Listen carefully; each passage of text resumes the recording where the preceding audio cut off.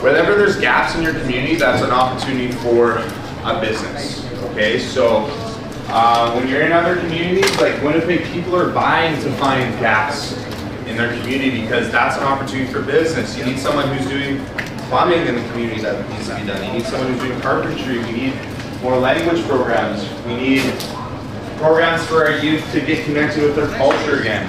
Okay, so that's all opportunities to launch a business. You know, as an national organization, it was a little wavy here, but Beachburg acknowledges the traditional and ancestral territories of First Nations, Métis, and Inuit peoples across the country. We are Treaty 1 territories, home of the Anishinaabe, the Nihaya Innu, the Anishinaabe, the Ojibwe, the Dakota, and the national homeland of the Red River Métis. And I do want to acknowledge that most of our hydroelectric power down south here comes from your territories in Treaty 5, and our water comes from Treaty 3 and your Shoal Lake there. So definitely acknowledging that as well. But who's Futurepreneurs? So what do? I support entrepreneurs between the ages of 18 and 39. Who's going to be 18 or is not already 18 within the next 5 years? Who's going to be 18 here soon? Everyone? Who's not going to be 18 in the next 5 years? You're 12. Okay, there you go. So everyone is on the verge of becoming a potential entrepreneur through our program. And trust me, there's entrepreneurs that have started before the ages of 18, and it's not, there's never a good time to start, but you know, it's really important that you guys continue to go to school, continue to build your credibility, your background, and your ability to deliver, right? So you need to have a skill set. The trades are amazing, don't overlook the trades, right? We need lots of trades in our communities, infrastructure, things like this. Post-secondary is excellent as well. There's lots of opportunities through that. Accountants, lawyers, doctors, nurses, right? So, and I'm talking with entrepreneurs all from those fields. Nurses who want to create private practices, occupational therapists who want to work with youth and communities. So there's unlimited opportunity. And who am I? I'm your Nietzsche for today. Nietzsche comes from the word Nichiwaganag in Anishinaabe. And that's how it became a saying. You say, Bojo ani Nietzsche, right? So how are you doing, my friend? Hey, how are you doing, my friend, right? So that's where the word Nietzsche comes from. And what do? So this is our national impact. So across Turtle Island, we've launched businesses in every province and territory across the country. Even Nunavut actually launched another business in Nunavut. It's called Nunavut Electric, if you can believe it or not. The guy didn't even realize how valuable that name is. Imagine that. You register a name and it's called Nunavut Electric, right? He could be the electrical company for all of the North, and he didn't even realize that, right? That's a pretty powerful impact. But these are all businesses we've launched across the country. And we've supported at this point, over 18,000 young entrepreneurs across this country. We've helped support over 14,000 businesses, and we've pumped into the economy more than $200 million. Okay, so if each and every one of you started a business, maybe we should do a quick calculation here. How many folks are in the room roughly we're saying here? Oh, I know what's going on. 14. 14. That's okay. I gotta shut off my keyboard here. 14. Okay. So 14 folks in the room here. All right. So we're gonna go to a quick calculator here. I'm gonna pull it up. So 14 times our amount of loans that we can support with. We could, if 14 of you launched businesses in wherever you're from, let's say just in this collective room, we could put $1.05 million into your communities if you all launched businesses. That's the opportunity that you have, and that's the money that's out there, right? Not to say that you need to take out loans or any capital to launch out businesses, but the reality is it supports with giving you the equipment you need to get off the ground. Okay, so moving forward. So our commitment to you. So we're all young here, right? Including myself, believe it or not. And really important part of being young and learning is that we have a safe and harassment-free environment. You know, we're gonna make mistakes today. Not everyone has the answers, but it's really important that we create a safe environment where we're harassment-free, non-discriminatory, And that's something I won't tolerate, right? We all are here to learn, we're all here to better ourselves, and that's something I want to make sure is clear. And can we all commit to that and work together and encourage each other, right? To make sure that we're all on this learning journey together, and as youth we have a real responsibility to be that future for our communities, and that comes with working together and showing our older generations that it can be done. And all of you have inspired the older generations today that it can be done. We have a lot of hope in you all. So this is our Indigenous Entrepreneur Startup Team. From coast to coast, we have an Indigenous team here to support you if you ever decide to go through a program. This is our core programming. I'm not going to go into it today because we don't need to talk about funding right now, because what we're doing today is we are building your idea. We're going to talk about your ideas. We worked through an idea workshop earlier this week, but we're going to refine it. We're going to try it out going forward and see what we can do. But just know that there's funding out there for you that can provide, and that comes with a mentor for 2 years after you are given those funds, okay? So that's going to be a dedicated person to help support you and launch your business in the future. And one thing that we've realized with young people is that we really need to get them on a journey to financial empowerment, okay? Has anyone heard about credit? Has anyone heard about credit? Yeah, so credit is like when you get your credit cards, right? When you get a car loan, right? When you get a house, if you can get a house, right? Credit is just essentially the ability to get lending and your history to repay. Think of it as your report card for repaying loans or paying your phone bill, right? And one thing we've noticed with young people and getting access to capital. Access to capital is a huge barrier for our people in terms of getting funding for their businesses, and we need businesses in our community. So it's really important that you start to understand what credit is early on, okay? Simply put, when you turn 18, you're gonna have the opportunity to have bills in your name, right? You're gonna have the opportunity to get phone bills. There's gonna be people that are gonna try to sell you, four-wheelers and ATVs and cars and credit cards, right? It's really important that you manage that credit early on, and you start to build your credit early on so that you can get really good outcomes in your financial future. Does anyone had any experience with credit yet? Does anyone over the age of 18, anyone have a car loan or a phone bill in their name or anything like that yet? No, my mom pays my phone bill. Okay, well that's good because you guys haven't made mistakes yet, and you will if you don't know about credit. So we've built a program called Journey to Financial Empowerment to teach you about credit, to teach you about money, to teach you about what bank accounts you should be opening. So if there's any course I think you should all take, and it should be this financial empowerment training course. And we'll get to it another day, but it's really what it is it's an online workshop. It's 2 hours, right, per workshop, and it's over several days and weeks. But really what we're doing is we're combining two Indigenous worldviews into understanding these Western systems that we've been historically excluded from. We haven't been able to access, banking in the past, right? Who has a bank account right now? Does anyone have their own bank account? Do you remember the day you got that bank account? Right? It's a significant part of our lives, right? We need to protect our money, but we also need to know how to navigate these ecosystems. When I joined the banking system when I was a young person like yourself, I thought of myself, anyone seen Star Wars?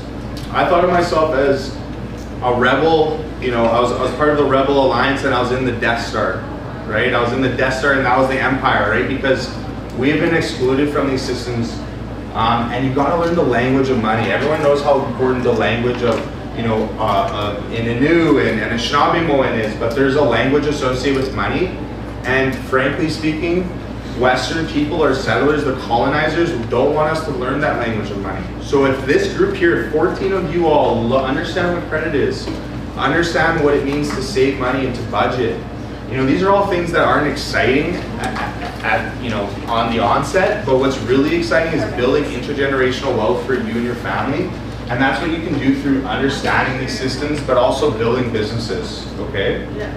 Does anyone have any questions about credit? Because I think it's a really important conversation. I'd like to spend some time with you. If there is there any questions around it, like what happens with credit? What does it mean? Has anyone heard of a credit score? Yeah. You've heard of a credit score? Do you want to take a swing at it and what you think it is? And there's no wrong answers. I want everyone to feel comfortable to make mistakes. and to just give her, right? So what do you think credit is? What do you think a credit score is? A credit score? Well, in my opinion, I think it's like,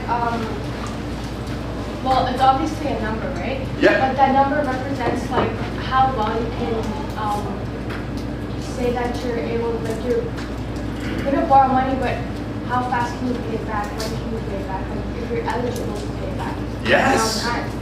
Everyone, give her a round of applause. It's not easy to put your hand up and take an action. That's really what it is. It's a number that represents your ability to manage credit. What is credit? That is just basically someone giving you money with the understanding that you're going to pay them back in the future. Okay? And your ability to pay back on time, you have to pay back on time, and you can't take over more than you can afford, right? This is how the system traps our people, right? So when someone's offering you a car, does anyone know what an asset is? Has anyone heard that word before? Yeah. What do you think an asset is? Something you own that taken from, pay it off. You're right, actually. You're right. That's exactly what an asset is. But an asset is actually something that you own that has a certain amount of value. That's worth something to you. Okay, so what's an asset? Well, a vehicle is an asset because that has a value. That could be an asset. I mean, sometimes you finance your phone for your phone bills, right? A house is an asset. Okay. Holy. Talking about money and everyone leaves. Okay, no problem. Everyone's coming back. But an asset is just something you own, right? An asset is something you own that's yours, that's worth something if you were to sell it again, right? But did you know that when you buy a car and when you buy an ATV or when you buy a vehicle of any kind, a boat, that asset instantly loses value as soon as you buy it? Did anyone know that? Yeah. Right? So when you get a loan for these things, you're paying for a loan that depreciates. It's called, the word is called depreciating. It basically means that it loses value over time. But you can get assets that appreciate in value, which basically means it increases in value over time. Does anyone have an idea of an asset that might increase in value over time? Collectibles? Certain collectibles, certain arts, if it's valuable, you're right, absolutely. A home appreciates in value. Stocks can appreciate in value, but they can also go lower, it depends, right? They appreciate and depreciate, but you're right. Typically over time, if you start to save, right? So there's assets, but there's also liabilities. What are liabilities? Well, those are what you owe. That's a loan, right? And you always want to have more assets than you have liabilities. You always want to have higher value assets than you do what you owe, right? So what can happen sometimes is that we get excited, we get emotional, we see that nice truck, we see that nice ATV, we buy it, and we don't realize that that thing loses value over time. And then we have a loan that's worth more than the asset that we just bought. So this is what we go into, this is what we talk about, this is the conversation that y'all should start to understand, because this is how you start to build wealth. But wealth is also by, in Indigenous worldview, is your ability to live minimum maximum or maximum, to live the good life, but also give back to your community. That takes with sustainability and stuff like that. Okay? So this is a conversation I want to go into later, but we'll talk about that in credibility. But I won't go into this. We also have a Rock My Business series. But what I want to talk about today is the validation map. Yes, do this. Let's go to it. Right? So we have a lot of resources online. Business plan templates, financial templates. Don't worry about all that. That's related online. That's if you want to work with me. We'll work together. I'll teach you everything you need to know. Okay. But what we're going to work on today is our validation map. Okay. So everyone pull out this tool. Everyone has that tool in front of them. Does anyone need a pen or a validation map? Who doesn't have one? Okay. You need a map? Yeah. Okay. Here you go. Get started. Thank you, big sis. Who needs a map here? You do? Here you are. Here you are. Okay, does anyone need a pen? You need one too? Okay, here we go. So you can use this to even like build your career journey if you really want to get into it. Does anyone need a pen? Everyone's good? Good? All right. All right, so what is a validation map? So a validation map is a tool, it's a model for you to work your ideas. Who's had an idea before? You've had an idea, I know you've had an idea. You pitched yesterday. Okay, so let's start off with your idea. So your idea was a transportation business, right, for your community because there was a need, right? There was a need in your community, you identified a gap. Again, when you see a gap in your community, when you say, hey, I see this down south, but it's not up here, that's an opportunity to launch a business, right?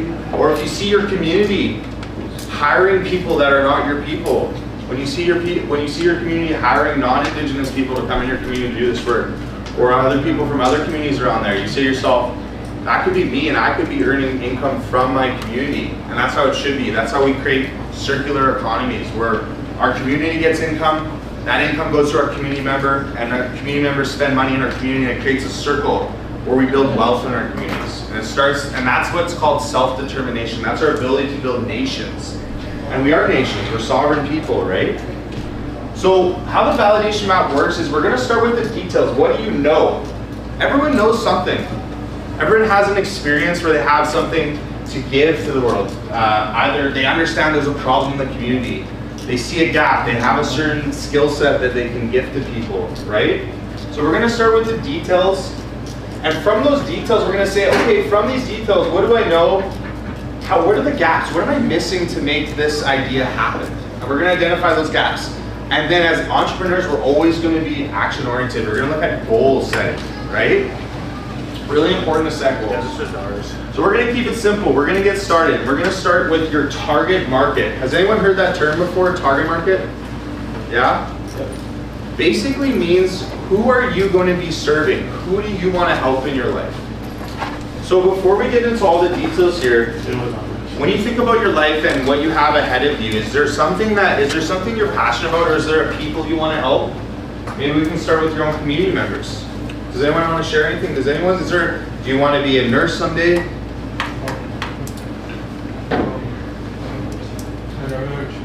You need another chair? Who wants a chair? I got a chair. I'm going to be walking around here. Does anyone have anyone that they want to help? Is it your cookum? Is it your mushum? Is it your cousin? Is it other youth?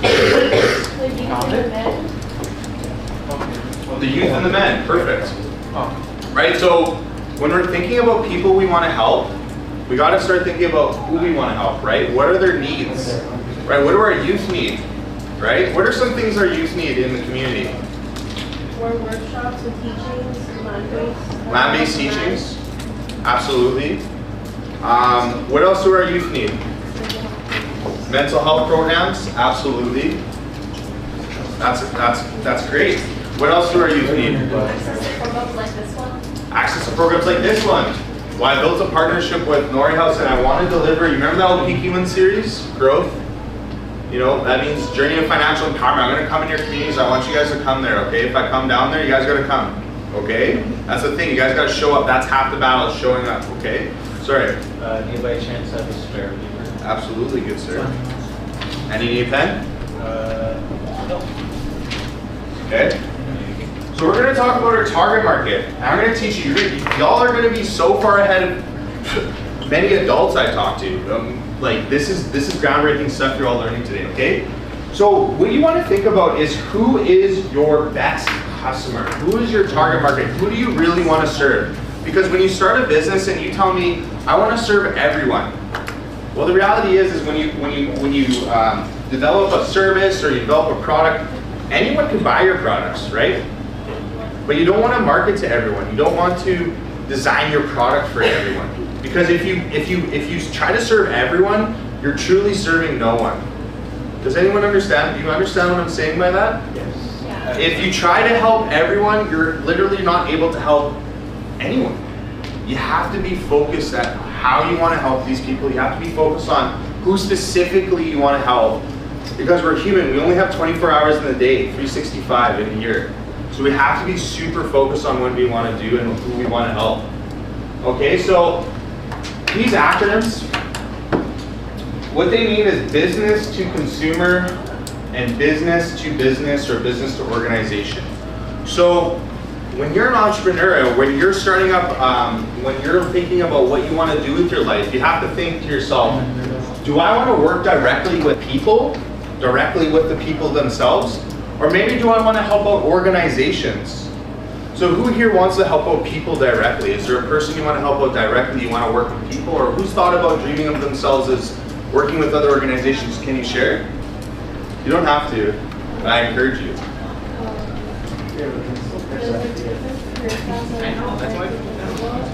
I got the certificate this summer. Yes! And I love that. I wanted to get into trades in my community because I was like that one presentation where there were like strong innovations and like with interior and exterior renovations in the communities and making it affordable would be like really good too.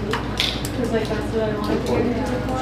And then there's also what I also thought about getting into nursing, like becoming an ultrasound technician because we have them in hospitals. 100%. I love that. I love that. The beautiful thing about these validation maps is you can make two.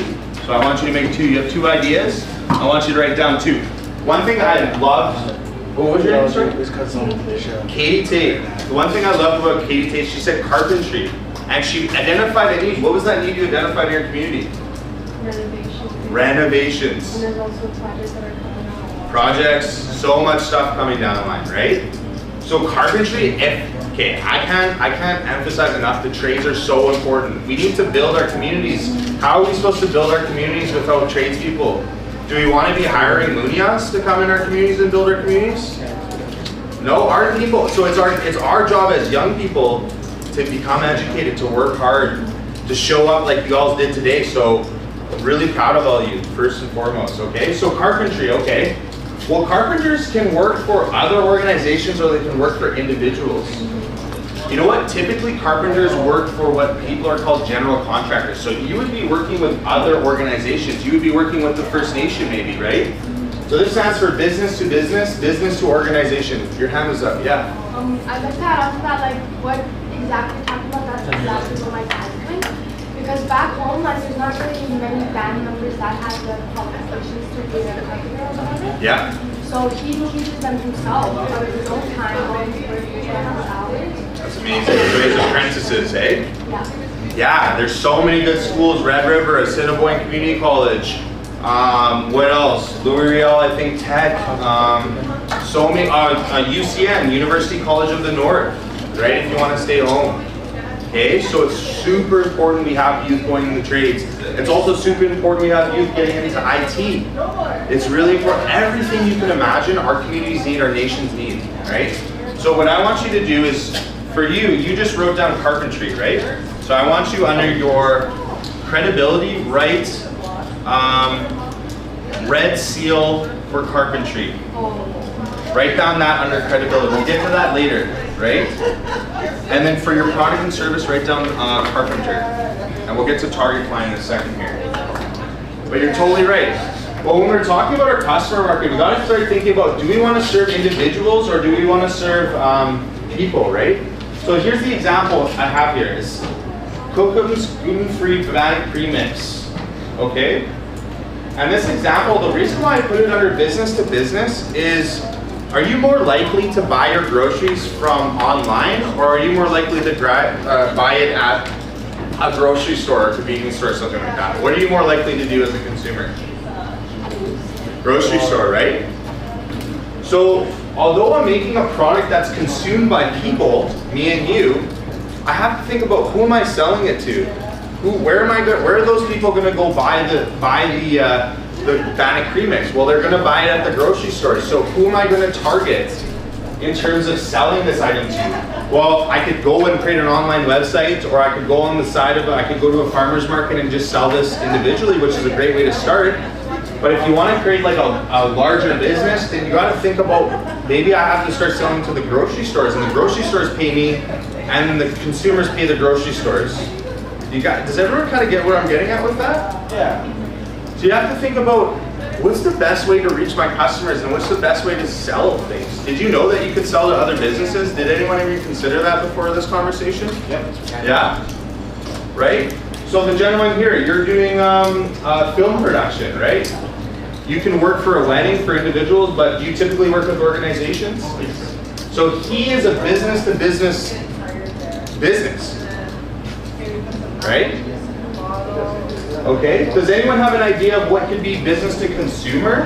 Business directly to the consumer? Does anyone have an idea of it?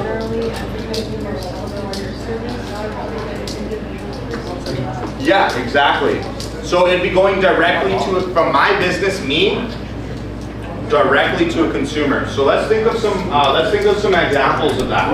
Okay. Let's think of some examples from business to consumer. Outside, right there. What is everyone doing out there right now? Shopping. Who's buying it from them? Is it stores or is it individuals? Individuals. So what kind of business model are they? Yeah, business to consumer. So when you talk about this, these are called business models. Okay, who is my business selling to at the end of the day? So I'm going to tell you a story about an entrepreneurial experience that I've had. Okay, so we developed a PQ1, the Journey to Financial Empowerment program. Okay, who am I trying to help? Well, I'm trying to help entrepreneurs 18 to 39. What's the biggest barrier that's been facing me in terms of supporting young entrepreneurs? What was that conversation I was talking about earlier on? Credit. When I have entrepreneurs coming to me and they want to launch a business, you know the number one thing that stops them from launching a business? Bad credit scores. So we thought to ourselves, do we just let our youth go off in the world and have to learn the hard way? Has anyone taught about credit in high school yet? Yeah? Yes. That's excellent. When I was growing up, I wasn't taught that. Most of us growing up weren't taught about credit. We had to learn the hard way. We had to make mistakes. We had to miss a phone bill, which hurts your credit significantly, right? But there's strategies you can take to improve that. If you're gonna miss a phone, the thing, life happens. You gotta call them. You gotta say, hey, I need help. I need some help. I'm gonna miss this phone bill. I don't want it to affect my credit. Is there anything you can do? Yes, thank you for calling ahead of time. We're gonna work something out with you. Most people never call, right? So your credit is so important. So we said, all right, what is the psychographics and values of these people, right? Of these young people, indigenous, all genders, 18 to 39, high school to post-secondary, trade school, all income ranges. Well, thinking about our people, I said, well, there are various stages of reclaiming their culture. Who's at various stages of reclaiming their culture? I know I am, right? Residential schools, intergenerational trauma, that took it away from us, but it's our generation that's taking it back. You all should be proud of it. I've heard every one of you speak about that, okay? Who likes supporting their local community and culture, or their local community? Everyone, right? Who's distrustful of banks and institutions here? Exactly. Yes, we're distrustful. You know why we're distrustful? Because these institutions historically excluded us. They never reached out to us. They never asked us, what can we do for you? They just took from us, right? So we have to realize that when I'm working with youth like all of you, I have to realize that you guys don't trust the banks, nor should you at times, right?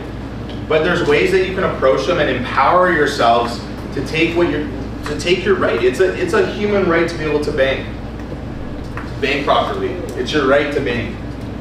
Okay? Limited credit training, right? Not everyone has great credit training, including myself when I was growing up.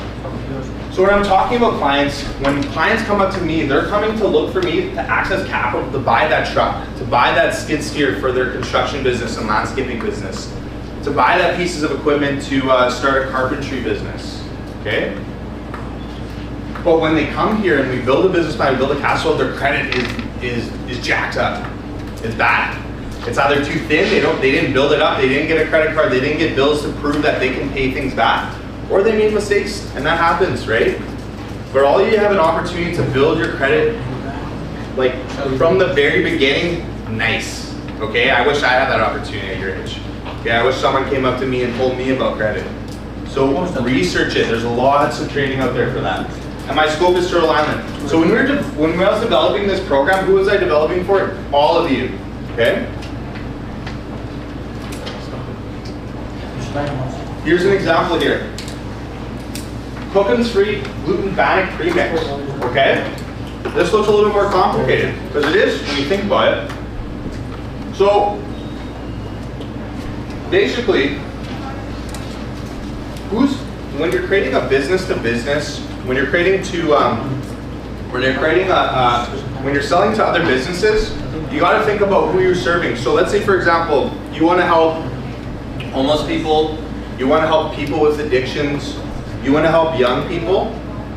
That's who your program's designed for. Do you think those people can pay you for your services, realistically? No. Right? Because if you have addictions, if you're a young person, if you're homeless, you don't have income, you don't have the disposable income to pay me for my services. Does that make sense?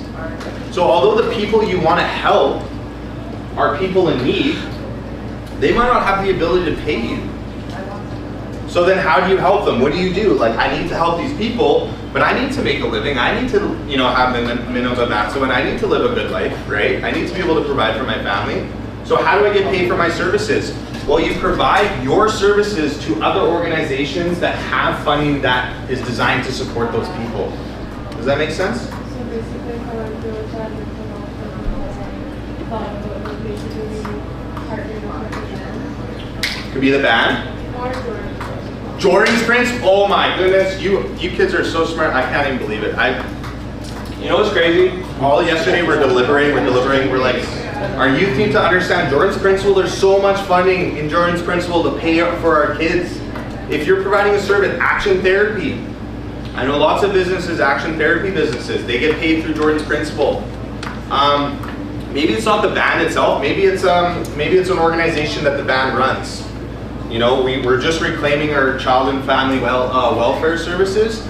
Well, they need action therapists. Their kids need occupational therapists. I helped a young lady in North Battleford, Saskatchewan, launch an occupational therapy business. She's making very, very good money servicing youth that she loves, and she's getting paid by Jordan's Principle and the governments and the school. So although the people that you might want to help might not have the means to pay you for your services, and no one here should work for free, okay? That's not a way to live. Like, you have to live the good life. Unless you're living off the land, we're all in this system together at this point where we need to make some sort of living, right? So how do we do that? Well, although the end user, see how I said end user target market, business to consumer, although the people that's consuming my products and services or programs, who I'm designing everything for, they might not be the ones to be able to afford it, right? Or maybe it doesn't make sense selling to them directly because of behavior. When you think of people who are buying groceries, are they going to buy, are you buying all your groceries online, every single item from a different website and then sending it to your house? No, you're going to a grocery store. So the best way to sell products is to grocery stores. So here's the example here. Cookham Street gluten-free bannock premix. Who am I making this product for? I'm making it for Indigenous women, 28 to 35. Their household incomes between maybe 40 and 60,000 a year, maybe less. Their mothers and their kids are lactose intolerant. How many Nietzsche's out here know someone who's lactose intolerant? Everyone, right? And there was a study and there was an article I read and it said, if you're lactose intolerant, there's a likelihood that you could be gluten intolerant. You could be celiac, which basically means that you can't have flour-based products.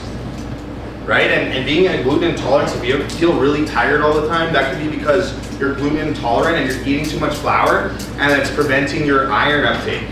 I'm not a scientist, my sister's a doctor, but I read this article and I said, I wonder how much of our youth are gluten intolerant and don't even know it, hey? But they still want to enjoy Cookham's bannock, right? So there's a gap in the market. When I went out to go look out for bannock premix, there was none that was gluten-free. So what if we have kids that are lactose intolerant and gluten-free, right? They need gluten-free food. Well, I'm gonna make that. So what is the psychographics of these mothers? Well, they're supporting local Indigenous businesses. That's my business. Health conscious, they're family and community oriented. What's their behavior? Well, their behavior is they're at the grocery store, they're looking for bannock premix or something like that, but they just couldn't find one that's gluten-free, okay? And where are they located? I don't know, Interlake of Manitoba, Northern Manitoba Treaty 5. Okay, so these are the people that are going to be consuming my product, but who am I selling my products to? Does anyone remember who I said I was selling my products to? Grocery stores. Because all of these people, all these mothers, they're more likely to go to a grocery store than they are to buy from me at a farmer's market on the weekend, let's say, which is a great way to start. Don't get me wrong, you have to start small before you grow big. You got to test out your products before you grow big. In fact, that's how you should start. But if you want to grow a business for it to be sustainable, you have to think about, how do I make more sales? Well, the most efficient way to make lots of sales is to sell it to a place that requires a lot of products. Does that make sense? Okay, so what I want everyone to do is you're going to work together in groups, and I want you to think about someone you want to help, okay? There's two ways we can approach this. You can look at it from what you actually want to do, and then we build the product up. Or we can start with the target market and then find a product that we can serve for them. What does everyone want to do? Like, would it be easier for you all to work from, like, hey, I want to be a carpenter. Hey, I want to start a transportation business. Hey, I want to start, I want to be a nurse. Like, is it easier for you to think of it that way, and then we'll work back to the target market? What does everyone think? Does everyone know what they kind of want to do when they have an idea of what they want to do? Okay, let's go around the room. I want to hear. Sorry? You. Yes, sir. Dan. You have a point, Jesse. I want to be in mechanic that services special engines, like black four-wheeler or previous boat engines.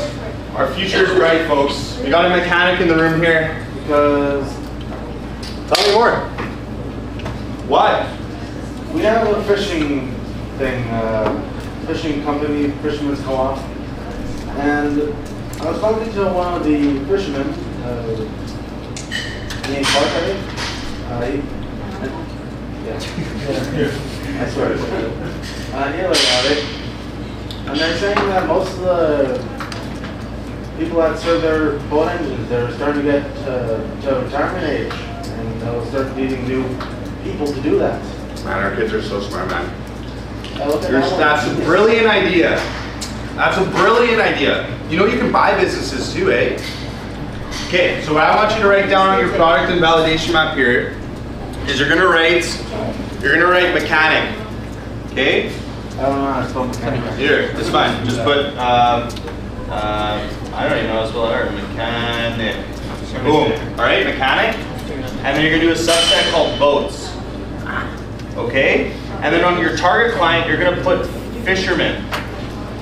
Okay? Does everyone understand how we're going with that? So we want a mechanic. That's your product and service. What service are you providing? Well, I'm providing a mechanic service to build fishing trucks, or to repair boats, right? For fishermen. There's a huge industry that needs servicing. They're all retiring. Well, we need young ones to come up and do it. Dude, you got to do that, brother. Please go forward with that. Go to school. Become that. We need those, like, for real. Like, trades are so important. I wish I could go back to school and do trades, I swear. Okay, so now you're framing. Okay, They're also. they're making bank. You want to hear a story? I'll tell you a legit story that happened in Saskatchewan. Okay? There's a young guy in Saskatchewan, 19 years old. He said that I'm between 3 communities, and all of the septic is being completed by ammonia, like someone outside of the community. His business is literally working with shit, and he's a millionaire. He's a millionaire. Who's laughing at him? You know who was laughing at him when he started his business? Everyone. You know who's laughing at him now? No one, because he's a millionaire, because he has all of the contracts of doing all the septic in northern Saskatchewan, because all the communities are doing that now. Start a septic business. You can become a millionaire. But when you start a septic business, you gotta know your shit. You gotta know your shit. You gotta know how to deal with shit. You gotta get rid of the shit. And then you can be the shit. Alright? For real. I'm not even lying. Okay, septic, put that down. Septic, I'm a bad speller. P-E-T-I-C. We'll put that under product and service if you're thinking about doing I know how that. to spell No word of a lie. Who knows someone that has to get septic services in community? that one. Hey, Remember, respect is number one in here, okay? No making fun of people, okay? But who uses septic services? My cookum does. Majority of people in our community. Yeah, majority of the elders are doing Everyone. So you gotta think about a service that everyone needs. Yeah, absolutely. Right? You need plumbers. You need carpenters. You need roofers. You need mold inspectors. So one of my original business idea I had planned, I was thinking about an apprenticeship program that takes some local youth so that they can develop these like skills and everything, because you know we're not always going to have these tradesmen. Not gonna lie, if you did that, you might have won for sure. I know, I'm just like, ugh. You might have won. Don't count out the trades, right? Especially since I'm like, I'm the first high school apprentice for the Wise and Modular in our community. I'm just like, That, see what I'm saying? But now you're learning today, okay? So let's talk about this, products and services, okay? So let's go back to our validation map. Let's talk about this before we get to our target plan. So thanks for starting us off, okay? So what he said is like, I noticed a gap in the market. There's people retiring that need to fix builders, right? So mechanic, who's his target client? Who are you most likely to serve? Fisherman. Fishermen, so your target client. All right, so what I want you to do in our next exercise is say, who are the fishermen? What's their psychographic? You know, do they like Starbucks coffee? No, right? You gotta think of it, you gotta put yourselves in their shoes. What kind of people are there? How are you gonna attract them? How are you gonna work with them? How are you gonna talk their language? What do they care about? What's their season? Okay? What else does everyone wanna do here? I want to try to do architecture. Architecture? Yeah. Oh my gosh, brother. Look, this is what I'm talking about. Our youth are going to change our future. I'm saying, I swear. All right. So product and service, I want you to write down architecture. You already did? My man. Who's written stuff down on the paper already?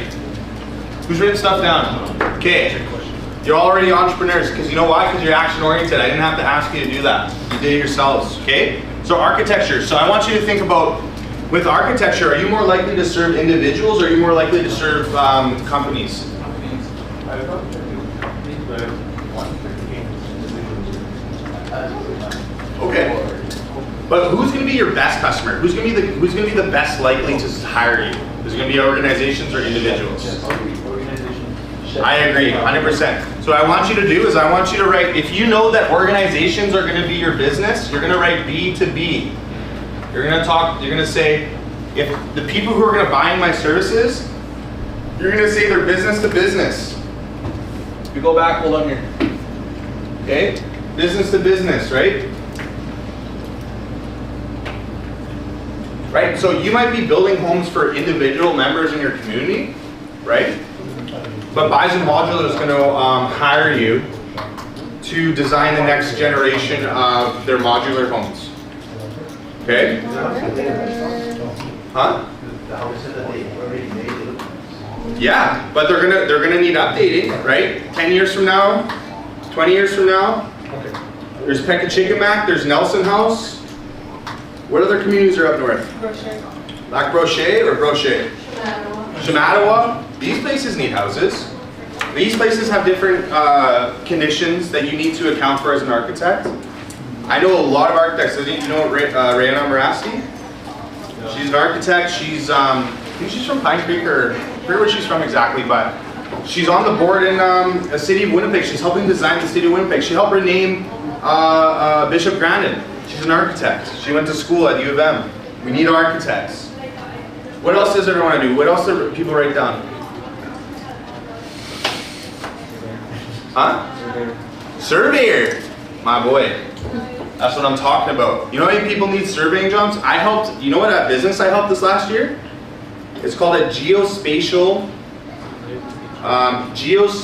environmental survey company that uses drones to survey the land.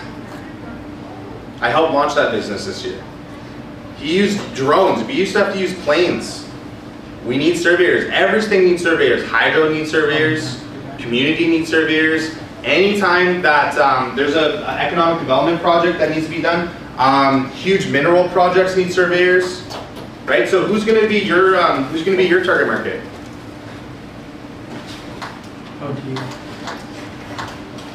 Are individuals going to be hiring you for surveying work, or is it going to be organizations that need surveying done? Organizations. Okay, so I want you to write B2B.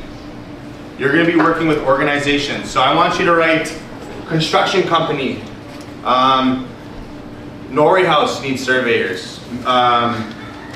Mineral companies need surveyors. You guys starting to get where I'm going with this? Yep. All right, I want another example. What do you guys want to do? You know what's like, all of these, like, you guys don't realize, if you guys start a business and everything you're telling me about right now, all of you could be like extremely successful. Like, you don't understand. I see these opportunities every day. And I ask myself, I was like, I wish I could talk to more youth like that. What do you want? Who's this? He thought about becoming a veterinarian. A vet? Oh my gosh, who's the vet? You? Heck yeah! Did you write vet down? Something similar. Okay, a vet. Holy smokes, we need vets. I was just in OCN, there's a bison farm. In OCN, near bison. They have a bison farm there. Every one of those bisons need veterinarian services. You know how much vets make? Has anyone taken their animal to a vet before? No. Yeah. You don't want to. Okay, can you please tell them? It's $600. $600 just to like smell the thing. Like you just brought it in the door. $600. Thank you. Another thing that vets, especially helping if you want to do indigenous communities. I used to live in this rural community up in Northwest Territories. It's a fly-in, and they actually had, like, I think once every 3 months they had vets come in, and then everybody in the community would bring their animals to go see this vet for free. Okay, you want to talk about how much those vets are making? Were those vets Munia? I it was like when I was younger, so I can't remember. But How much would you bet they were Munia? What's money? Means white man, basically. Oh, is that what was saying about like their No, seriously, like it's our people, like, right? Like we're being for real here. I'm not like BSing none of Not you, gonna right? lie, this is inspiring me to become an entrepreneur. Freak yeah. You know how much vets? Most vets are their own business owners. You know this, right? yes. Does it upset you to know that, let's say 95% of all the money that comes from our community gets lost to other non-Indigenous businesses and non-Indigenous businesses? Doesn't that upset you? Yep. That upsets me. So it's you guys that are going to stop that. Legit. We're going to have a vet in the community, so everyone who has vet services are going to use him. Right? We have a carpenter that's coming up. Everyone who needs a carpentry business, we're going to use her. You know, we need a mechanic in there. Anyone's boat breaks down? Oh, my uncle's a fisherman. Oh, go talk to my boy. He's going to get you done. That's how we have to work together. This is how immigrant communities work together when they come to Canada. Why can't our people do that? You know? When Bison Modular Homes needs an architect, who are they going to go to? My boy. Okay? Alright, so let's talk about this. Alright, so let's move forward here. Does anyone have any questions? Does anyone want to share? Do you guys want to work on your target market? You want to break out together? You want to keep going? How much time do we have? Oh my god. How much time do we They have? say that. How much time do we have? I don't know, we can keep going. You gotta tell the organizers what you want, but what I want to talk about is we could do a quick breakout, but what I want you all to do is work together to design your target market. And when I say that, I want you guys to come up here, I want you to build an avatar. Has any of you heard the game of Sims? You guys might be too young for that. Yeah. Yeah? Okay, I want you guys to literally build me a Sims of your best customer. Okay? So how are we gonna, how are we gonna do this? We're gonna do a rapid fire. Everyone, has anyone heard of a brainstorm? Yes. Okay, so for literally 5 minutes, I want all of your heads down and I want you to build me an avatar of your best customer. If you're B2B, if you're working on organizations, I want you to think of any organization that can hire you. Okay? If you know that your best customer is consumers, so for you, actually for a mechanic, your best customer would be fishermen, which is consumers, right? So you have to design me a fisherman. I want you to give the fisherman a name.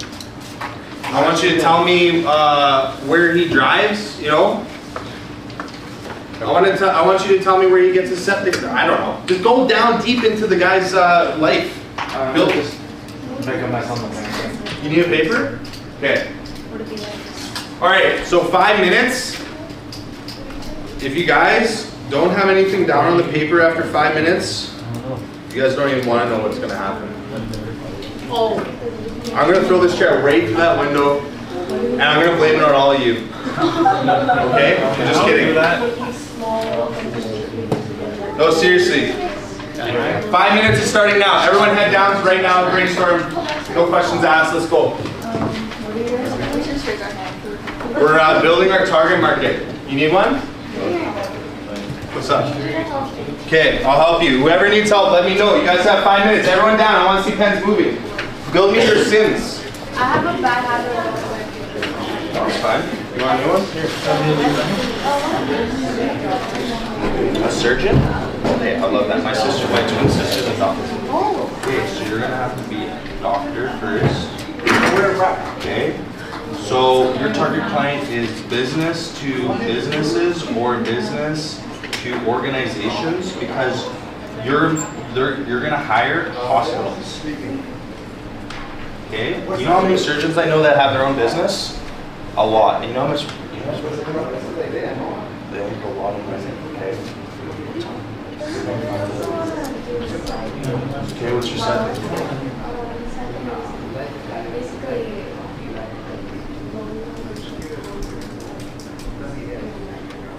Okay, so you want to build your assets. Boom. That's what I'm talking about. Okay, but I want you to focus on this first. Because this is what's going to give you the money to buy those assets. Okay? This should be your number one priority. It's like you're blocking command. So you're going to look at hospitals. Tell me 2 hospitals that you know, or the most hospital that you know. Tell me its name. Try to tell me how big it is, where it's located. Nori House. Tell me about everything you know about Nori House Hospital. I want to know that. A journalist. Okay. Beautiful.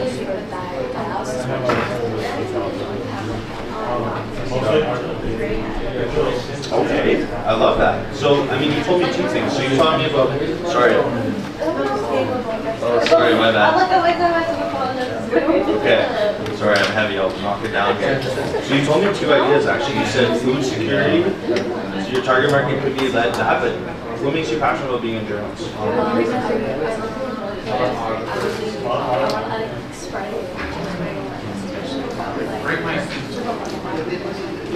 Okay. Okay, awesome. So you could be a freelance journalist. It's called freelance journalist. So who's going to hire you then? I want you to tell me 2 to 3 news places. So I'm going to give you one, NHCN. Okay, tell me more news places you're going to get hired by. Okay?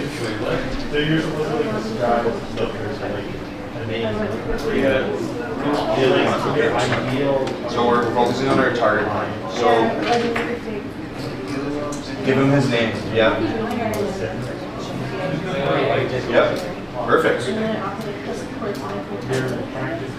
Yeah. Start just diving into him. Give him into his psychographic. What's keeping him from getting help? What does he value? What's important to him? You know, what's his triggers, right? Where else is everyone writing?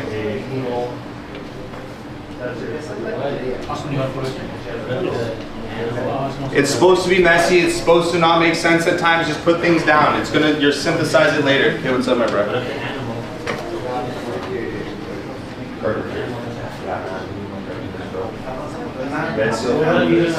Okay, your target client. So put down buys and models.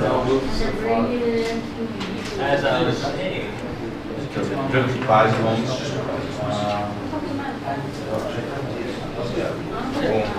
Put down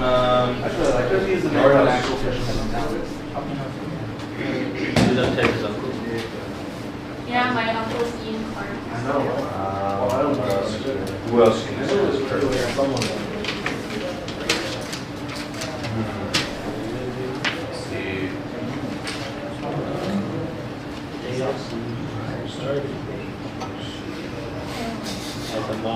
Let's say I don't get much on over here for this broadly speaking. You literally describing the whole people. And what I want you to think is, who makes the decisions at home builders? So is it the general contractor? The general contractor is the guy that's organizing all the building, right? That's the guy that's gonna hire you. That's the guy that you have to convince to hire you, right? So I want you to think, and later down the line you can research this. It's actually a little harder for when you're doing with home builders. Think about home builders. Who's building homes? Try to think of that. Even Google. Go on your phone and Google. So say, type in Home Builders Association. Yeah. Sorry, no. Let me just use my epic. Okay, so what do you want to do with your life? What are you thinking? Mastermind. Okay, so what I want you to think about is exactly the type of person you want to build your clothing for. Is it a woman? What is her age? What's her name? His name. Okay, we'll do Bob. Tell me more about Bob. What does he do? How old is he? Where does he live? What kind of clothes does he like to wear? Who does he listen to for music? Right? We're doing his whole life. We're doing, who is he? No. I need to know who Bob is. So my bro over here just asked me for a question. Okay, man, so how'd you figure? For real. Okay, what I want you to break down is once you get to the thing, you have to think about who you're going to convince to hire you. So think about the decision maker there. Because it's not the organizations are just collectives of people, right? You have to figure out who is exactly going to hire you within those organizations. Give me a couple more companies or surveyors. Think about home builders. If you're over there, he's going to be your carpenter, you're going to help him survey. You guys are going to work together. Okay? You have a question about this? How is green? It's not funny, you gotta think. It's crazy to think you can get put in these situations. Oh! Now you guys are in trouble. Time's up. What's up, though? I'll give you guys one more minute here. What's going on? Oh, I was just gonna say that we have to do this interview. Nope, you guys aren't leaving. Just kidding. Hey, I have a question though. Can I get all the We have to people in leave front of you at the board here? You guys don't have Yes. to leave. You guys are HBO. Yeah, we're HBO. We got 15 minutes, so I still have you guys for 15 minutes, eh? Okay. An hour, I think. Okay, just for Northern? Then why the heck would I tell That's still growing business. Okay, awesome. Okay, I love that. So, tell me more about the grocery store you're going to sell to. You're excited. And but he's a store manager. Yeah. So tell me more about him. That's excellent. Okay, who wants to share their avatar? Who wants to come up and here and share their avatar? I want to know their name. Make one up if you come up. You know what? I'll try to get rid of it. It's terrible. It's very rough right now. Okay. Stand up where you are, or if you want to come in front of the room. Oh, okay, fine. Okay. This is how that works. All right, everyone, give him a round of applause for getting up here. It's not easy.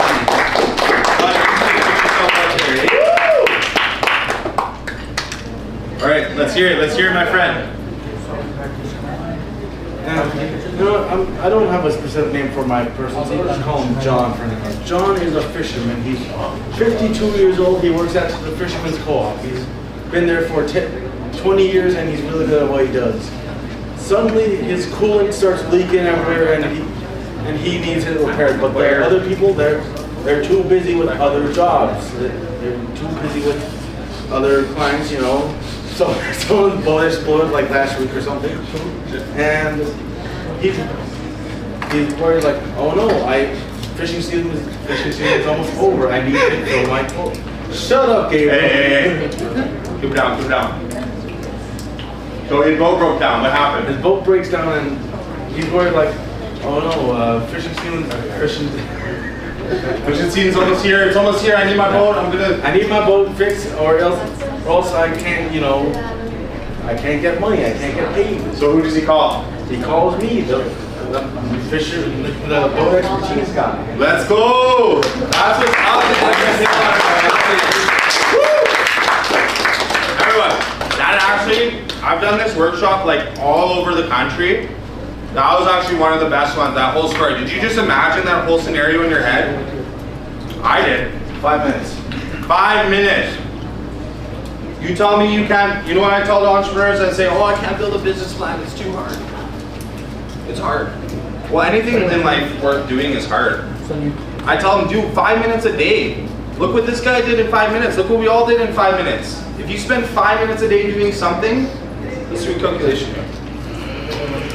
18 minutes. Let's say 18 minutes. Who has 20 minutes in a day? Who has 20 minutes you can spare in a day?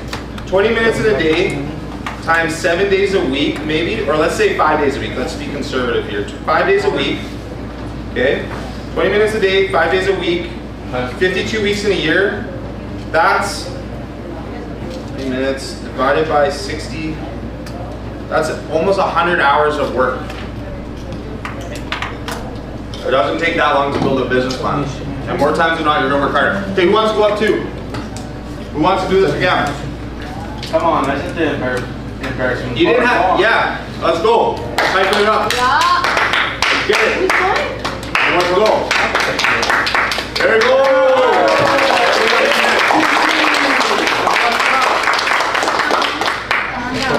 That's question. Anyways, this is Bob. He's very long, very tall. Bob owns a ribbon shirt in his traditional colors, but doesn't know his colors. Bob is 25. Bob works as a cashier at the Northern. He's worked for 5 years plus more. Bob likes to travel and find out more about himself and his culture. Plus, Bob lives in Orange Nation. Bob values his cats, his culture, diversity, and respect. You can find Bob at work or at a gym. You'll normally find Bob saving money for his cats and for travel. There you go. Let's go. I can tell you, I know 5 Bobs now that I could have referred to her for her business. I know 5 Bobs in my brain right now. Sometimes when you're talking about your business, it's not about like you actually talking to the customer. Sometimes you talk to the customer and they are like, well, I'm not the one to buy it, but I have a niece that could buy this. I have Bob. I got Robert over there that's gonna buy this. I know I'm gonna refer him to you. Half of business is repeat and referral clients, especially mechanics, especially in fashion. You know? Is there, my boy's up here, he's next, let's go.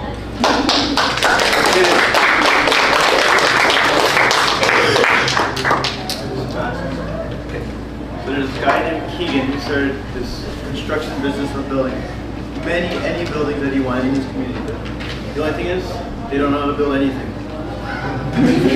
They need blueprints. They have all these people, all these resources, all this money, but they don't know how to build anything. So, they need me. The architect. I tell them, construct this, make that, and then they all do it, and then boom. It's done. Everyone's job is done. He's the chief of the construction site. You just tell him what to do. There you go. Let's go. There's actually a thing called the chief architect. So there you go. Are you speaking like a construction manager? There you go.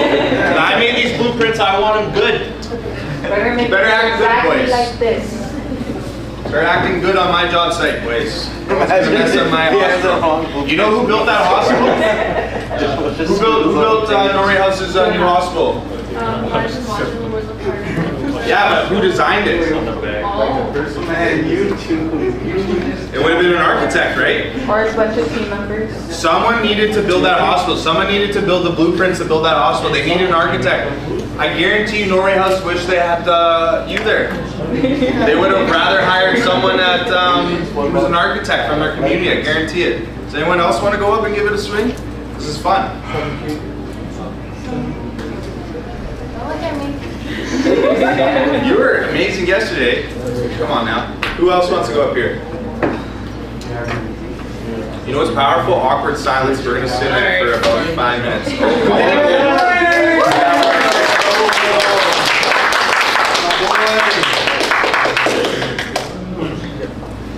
Stop eating. Yeah, respect, all right? His name is Rufus. Now Rufus is a stray living off the KFC garbage bags at the mall in our house. Although he is without an owner, he has the potential to have one and to be as healthy as every other pet in this town. That's it. Who is Rufus going to be helped by? This man right here. Rufus is going to be a great house sponsor.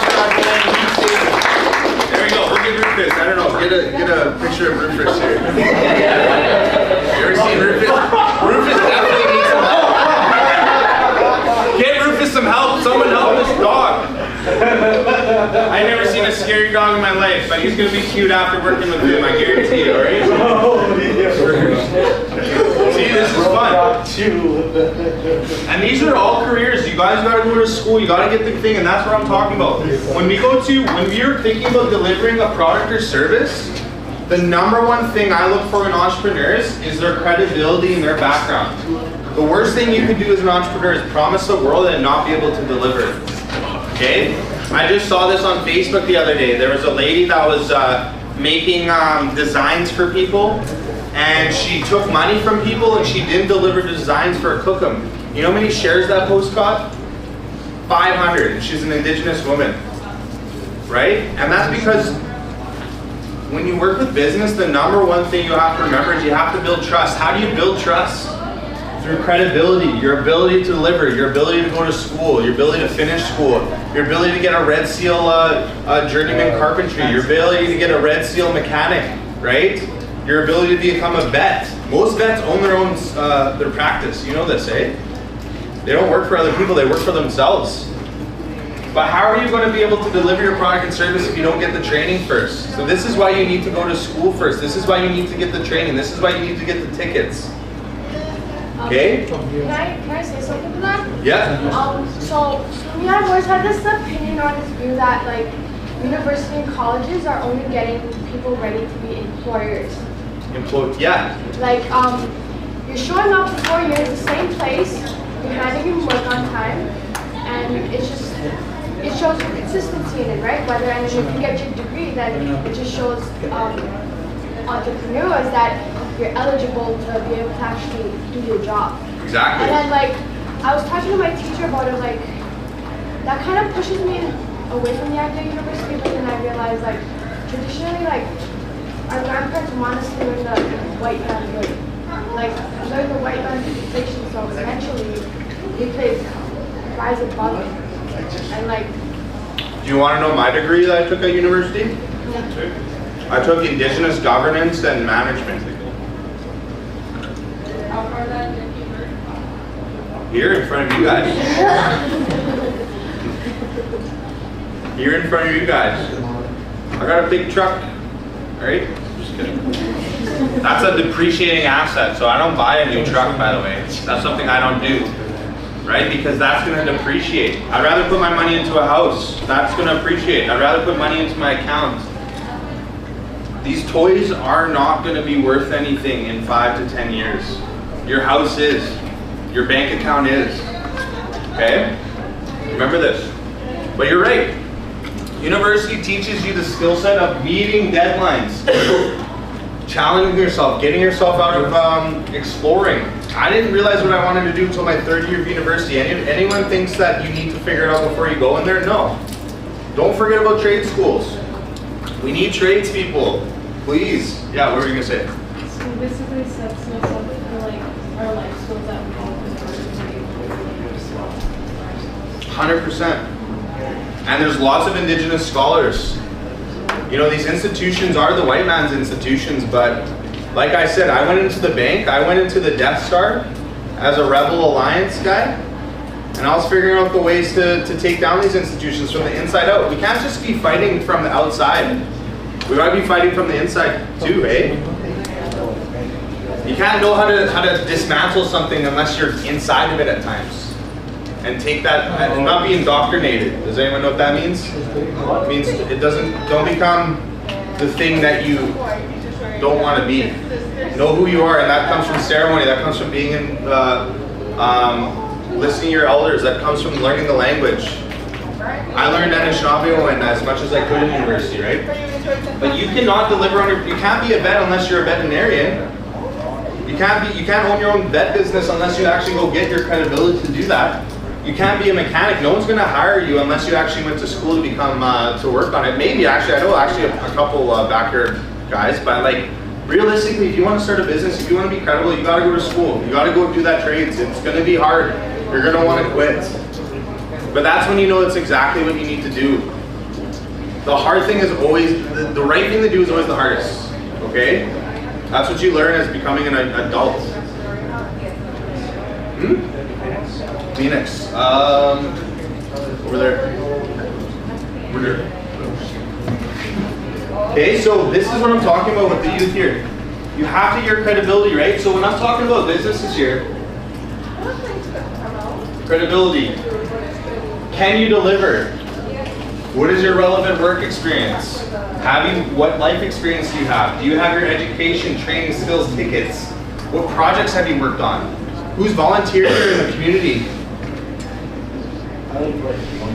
You know what the number one separating thing between you and another person getting hired is your volunteer work? You know the number one thing that's led to my success in my career is volunteering? Okay? Volunteer work is so important, right? Standing in community, your networks. Your network is your net worth. Has anyone heard that before? Yes. Your network is your net worth. The people you surround yourself with will determine how successful or unsuccessful you'll be in your life. Your environment will affect, you'll lose friends by achieving your dreams. But you'll realize that they're not really your friends, okay? You'll lose friends by deciding to go sober and live a sober life. But that's because you're trying to focus on something bigger than yourself. You know, you'll lose friends who say, oh, you think you're better than me because you're just going to school. It's like, no, I'm just trying to better myself. I hope to inspire you, and I'll be around when you're ready to join me. Okay, we don't look down on other people. But the reality is that the aggregate of the 5 people you surround yourself with will decide your future. The only people I surround myself with are people that are smarter than me, that are more connected than me, have more money than me. Not that that's everything, but they know things that I don't. Most of my friends are in their 40s and 50s. I'm not even 30 yet. Okay? I'm 28. All right? What's your perceived gifts? What's your compelling story? Create a compelling story for yourself. You know, you came from a tough life. You came from family situation that wasn't ideal.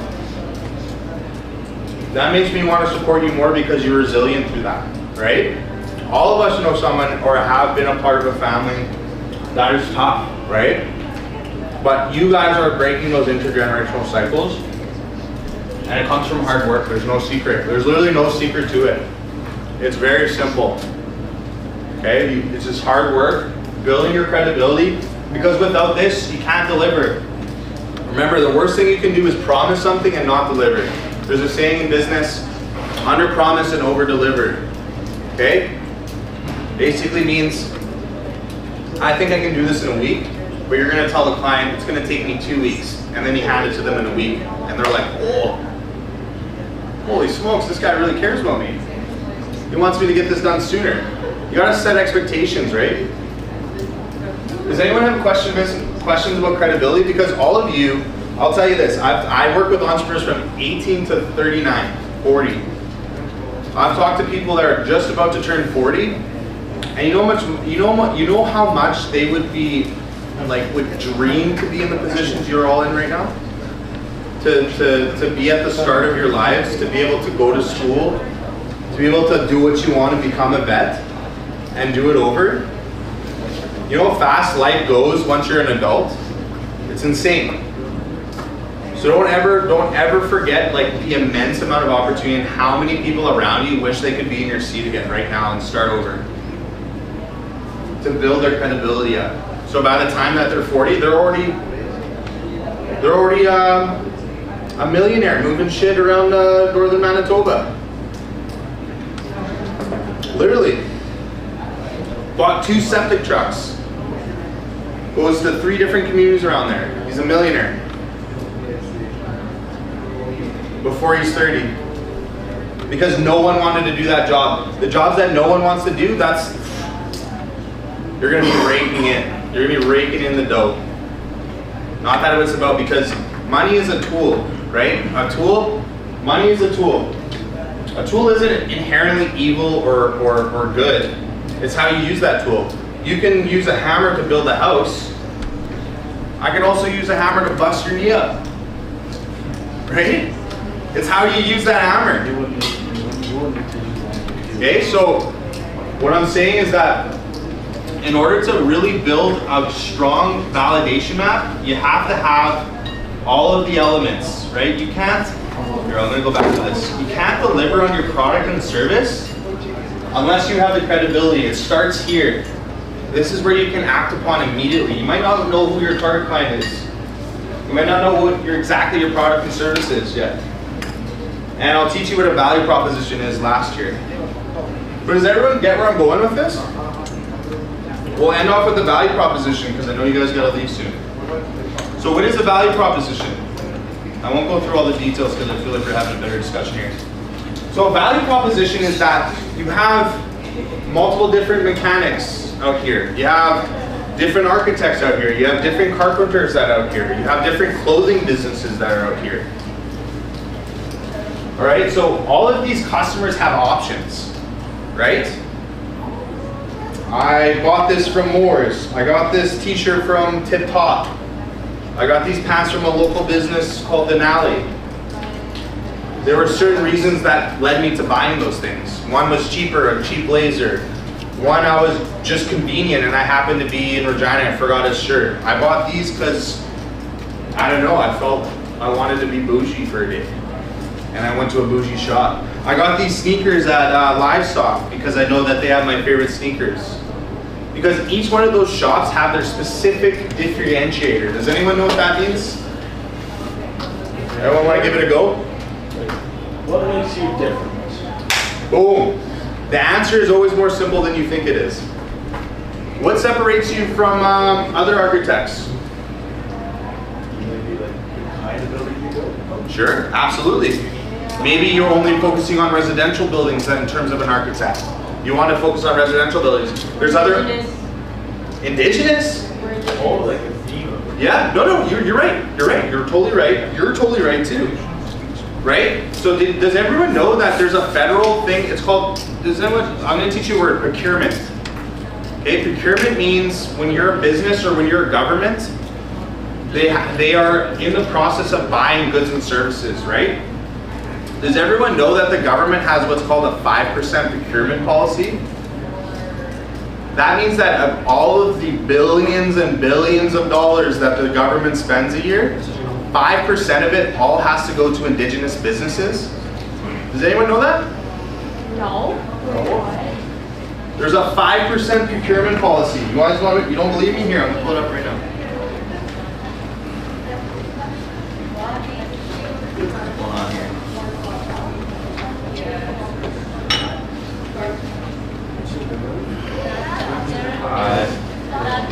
Indigenous Procurement Initiative. Oh, there's a provincial one too. Holy smokes. Here we go. Mandatory minimum. 5% requirement for federal departments and agencies to ensure that a minimum of 5% of total value of contracts are held by indigenous businesses. Now let's Google this. How much is the Government of Canada's budget? Holy smokes. 449, let's put it up to 150, okay, so 450 billion, so that's 1, 2, 3, 1, 2, 3, 1, 2, 3, times 0.05. That's $22 billion. You know how many of our businesses are actually meeting that mark right now? Less than like 1%. You know why? Because our people aren't starting businesses. So, no, that's what we can make. The government spends $450 billion a year. And we're supposed to acquire 5% of it. If you times that by 5%, that's $22 billion we could be bringing into our community. Let's say that you get less than 1% on that, 0.01%. That's $22 million. Okay, do you guys understand the opportunity you have ahead of you? It's insanity. You know what you can do with this? You can set aside all the money for you and 3 generations, 7 generations down your line, and then still give back to your community. Have community centers named after you. and your families? Yeah, the most. You know? Have rinks named after you if you want, because you're giving back to the community. Hell yeah, that's what I'm talking about. Okay? So this is what you guys have ahead of you. So, but what I'm talking about is that is your value proposition. So, you know, you're indigenous. You're an indigenous-owned business. That makes you a competitive edge. That can make you different out here. You know, if your community's looking for indigenous businesses, well, that could be you. That's all you need. The thing about value propositions, on this. Oh, dang it. Oh, man. I'm gonna start.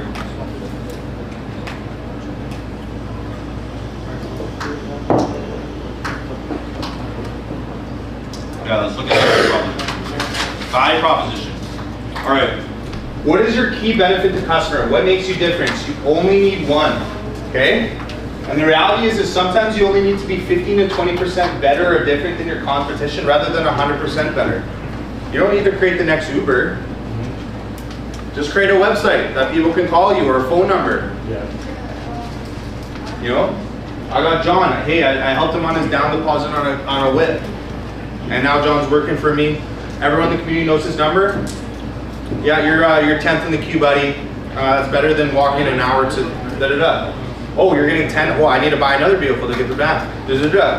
Now you have like a taxi service. You know, you don't need to reinvent the wheel. So create one compelling value and don't sell on price. Our people undervalue ourselves more than any other business, especially any other community, especially our women. Our women undervalue their services, eh? Okay. So if this safeguards you from against competition and gives you something else to talk about with customers other than price. The reality is that not everyone is your customer. If someone's complaining about you because they don't want to pay your fees for your mechanic services, is great. You don't value my work. That's totally fine. You know, God bless. Have a good day. Right?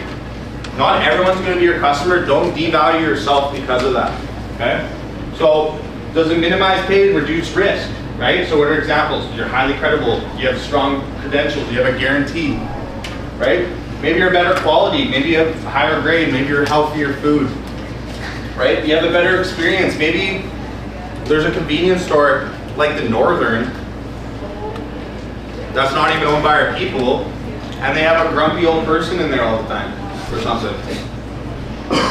Right? Maybe you better a client. I don't want to go see that grumpy person. I'm going to go to John's grocery store because he's a friendly guy. I like working with him better. I'd rather give him my money. Maybe you're more innovative. It's a quicker transaction. And more times than not, this is the biggest one for our indigenous communities. It saves time. Are you the closest service in the area? Quicker delivery, more convenient. If you can be indigenous and convenience, you can be a winning business in the north. How many services down here do you not have up north? How many times do you come down here to get stuff for you and your family? Dental services? Who wants to be a dentist here? Who's thinking about being a dentist? Who is she?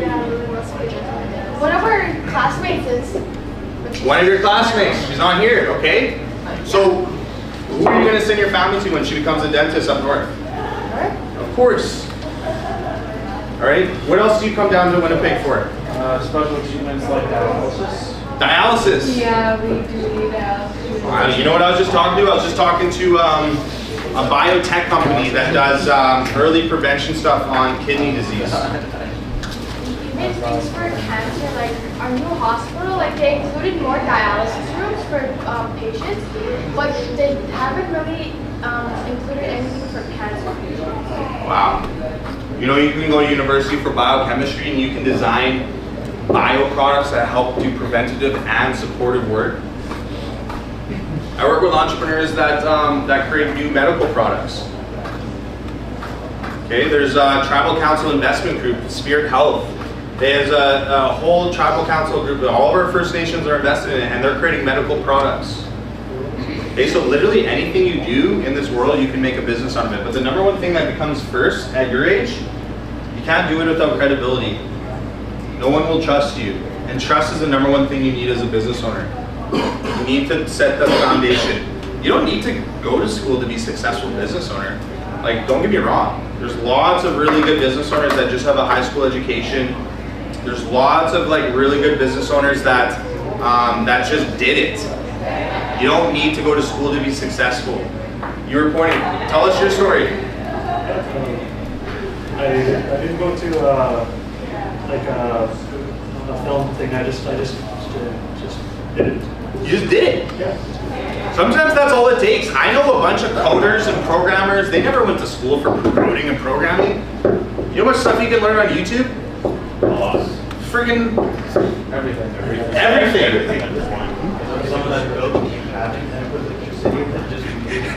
How many let's talk about side hustles, because we have a side hustle program at Entrepreneur. How many trucks do you see in Norrie House? A lot. A lot. How many of them are dirty? A lot. How many of you could create a detailing business on the weekend and make bank?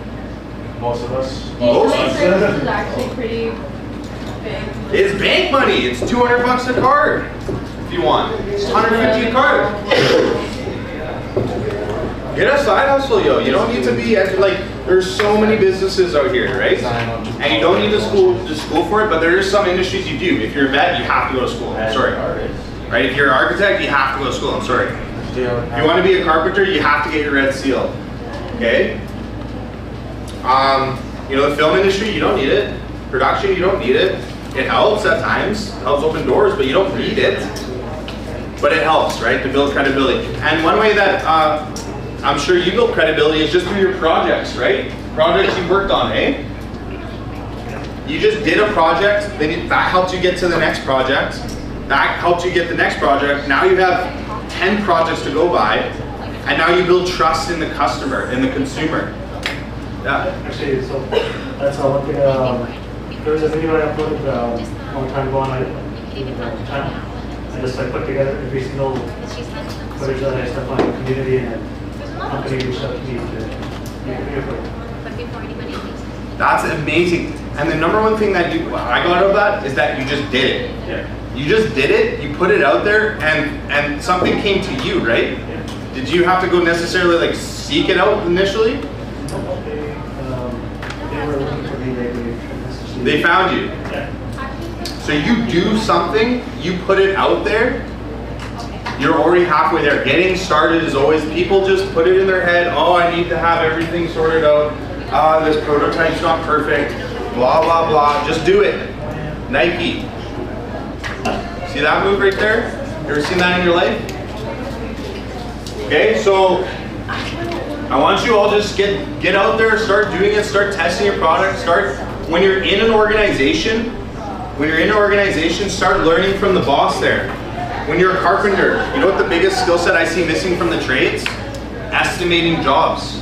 You know how fast your business will die if you're a carpenter and you don't know how to estimate a job? Super fast. So estimating is basically, hey, I'm getting paid to do the work, right? I know how to build a house, I know how to do this, but how do I know how to price everything out? Hey, you know, that's a real skill set. How do you price things out? Hey, I wanna need my whole boat rebuilt. Well, I know how to rebuild your boat, but I don't know how to price it to make sure that it's affordable for me. Okay, so when you get into your jobs, when you get into your careers, when you get into school, I want you to pick the brains of everyone in there that people listen to, especially the ones that are setting the prices. That's where you really want to learn. My twin sister, she just graduated med school. She wants to be a family doctor. She just booked an appointment with me 2 weeks down the line. You know what I'm going to tell her? I'm going to tell her, go find the family doctor that's owned their own clinic for 20 years, and I want you to tell me, how do they get paid? How do they get paid from the government? How much staff do they have? What kind of software do they use for clients? Right? And every day at her job, she's going to be a little investigator. Oh, that's the software they use. Oh, that's how many people are working at the place. Oh, I need a front desk person. Oh, I need a blood panel machine. Blah, blah, blah, blah, blah, blah. And then that we build the startup costs. Okay? So that's it. So I want you all, cost of materials, right? So I'll tell you a simple trick. What they do is they do the cost of materials plus. You find out the cost of what it is, you do markup on it, you charge that to the customer. Okay? So what I want you to do is utilize this, right? You don't even need a printout like this. When you're at a restaurant with the homies, you're in the back, you're like, okay, let's create a detailing business, all right? So what are we doing? We're doing product, service, target market thing. What's gonna separate us, right? Product, detailing. Who's my customer? Truck owners, right? What's my credibility? Well, I got a vacuum, I got a shop vac, I got a squeegee, I got a bucket, I got the ability, I got two hands, 2 legs, and the willingness to work. That's all you need for a detailing business. Okay? What's going to separate you? Well, we're going to go down to the Norrie House hockey game, and we're going to sit in the parking lot. Everyone in that parking lot, you're going to say, hey, by the time you come out, wouldn't it be nice to have a nice clean truck? I'm going to take that, actually. That was a good idea. Actually, you know what? That's trademarked. You guys can't take that from me. I'm not going to be there. You're in NHCN, they're having a Blizzard game, go in the parking lot there. Where do people congregate? Okay? Get creative.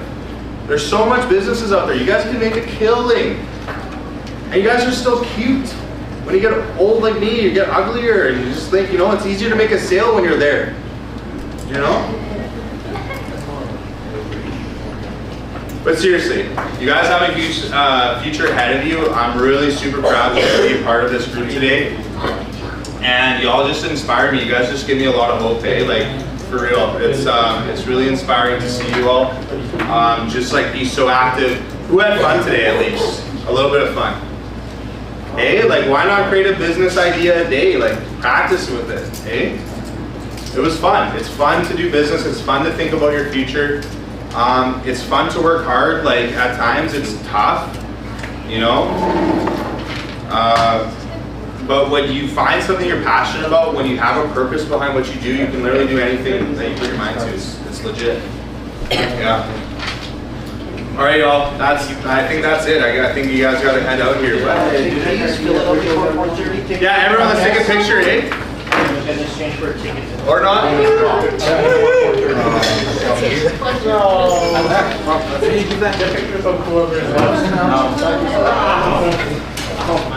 Fill it out before 4:30, come to the front, they'll give you a ticket for a draw.